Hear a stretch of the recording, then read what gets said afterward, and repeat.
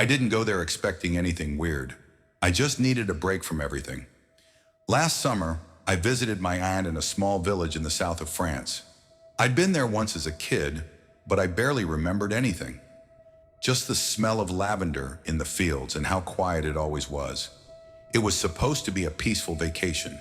2 weeks to relax. No work, no stress, just good food, fresh air, maybe read a book or two. But I didn't get any rest because something felt wrong in that house, especially the room I slept in. My aunt had been living there for over 10 years. She got the house after my grandfather passed away. It was this big old farmhouse with stone walls and wood beams on the ceiling. Kind of beautiful, but also a little creepy. There was no internet, barely any electricity at night, and zero cell signal. She lived there completely alone. When I arrived, she greeted me with a hug and a warm smile. But I noticed something about her. She looked tired, like really tired, like someone who hadn't had a proper night's sleep in a long time. She showed me to the guest room upstairs. "This used to be your grandfather's room," she said. The room was simple. Old bed, small desk, wooden floors that creaked with every step.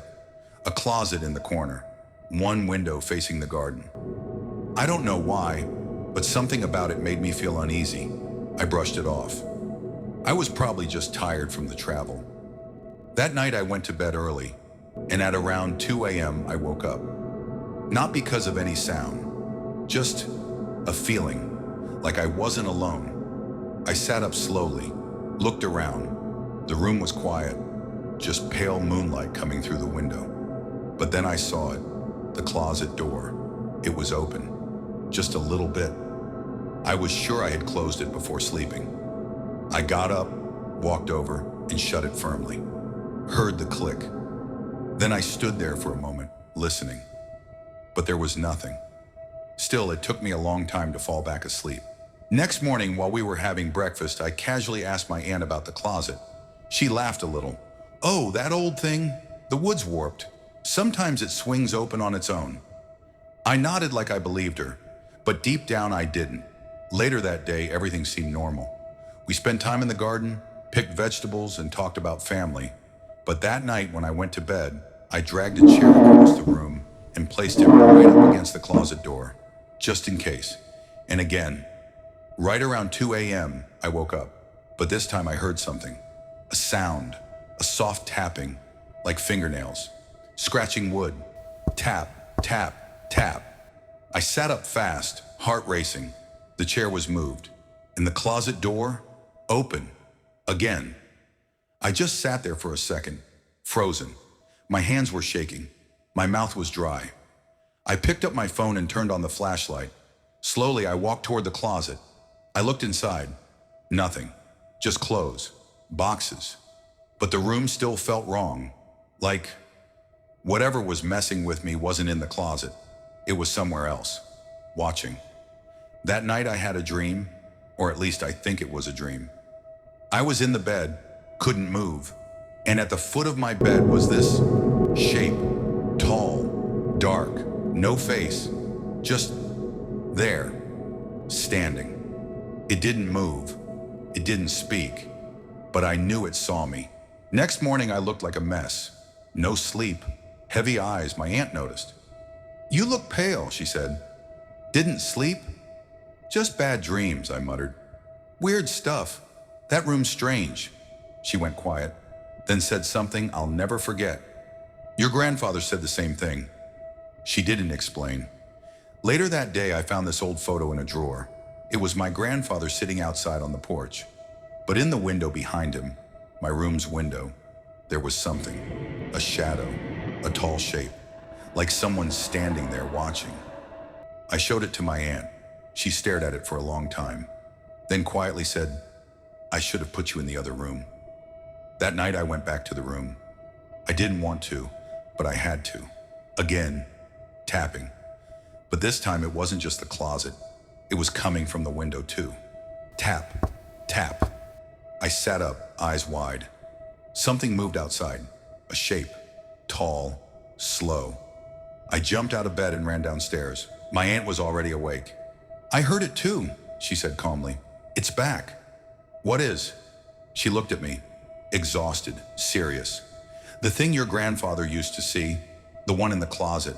I thought it was all in his head, but now... She stopped talking, then told me to sleep in the living room. I didn't argue. Next morning, I went back upstairs. I had to know. I pulled everything out of the closet, moved the boxes, the clothes. Then I saw it, a line, a small crack in the back wall. I pressed on it. It gave way. Behind it, a narrow passage, dusty, cold. I took a flashlight and followed it. It led to a hidden space between the walls. A small room. Inside were old papers, weird drawings, symbols on the floor. And in the corner, a wooden chair with thick leather straps. It looked like someone had been tied there. Among the papers, I found a journal. It was my grandfather's handwriting. He wrote about a visitor. He said it came every night at 2 a.m., that it spoke to him, whispered things. He said it lived behind the wood, in the space between rooms. And the closet, that was its door. The last page said, "It wants someone new. I can't stop it anymore." That night, I didn't sleep upstairs. I locked the closet tight and stayed in the living room. But still, at 2 a.m., I woke up to crying, deep, broken sobs. But it wasn't right. It didn't sound human. It was like something pretending to cry. Then, footsteps, slow, heavy, coming down the stairs. They stopped right outside the living room, and the door creaked open. I opened my eyes. Something stood in the doorway, tall, twisted, no face, just blackness. It stepped closer. I couldn't scream. Then, my aunt appeared behind it. She held an old cross and shouted something in French. The thing froze, then stepped back and vanished. Next morning, I packed. My aunt didn't try to stop me. "I'm sorry," she said. "I should have warned you. I thought it was over when your grandfather passed." I asked her, "What was that thing?" She just said, "Something old, something that wants attention, and it knows how to get it." I left, and I've never gone back. It's been almost a year. I still dream about the room, about the closet, and sometimes I wake up around 2 a.m. to a sound, tap, tap, like something knocking from the inside of my closet. And I wonder, did I ever really leave it behind? Or did it follow me home?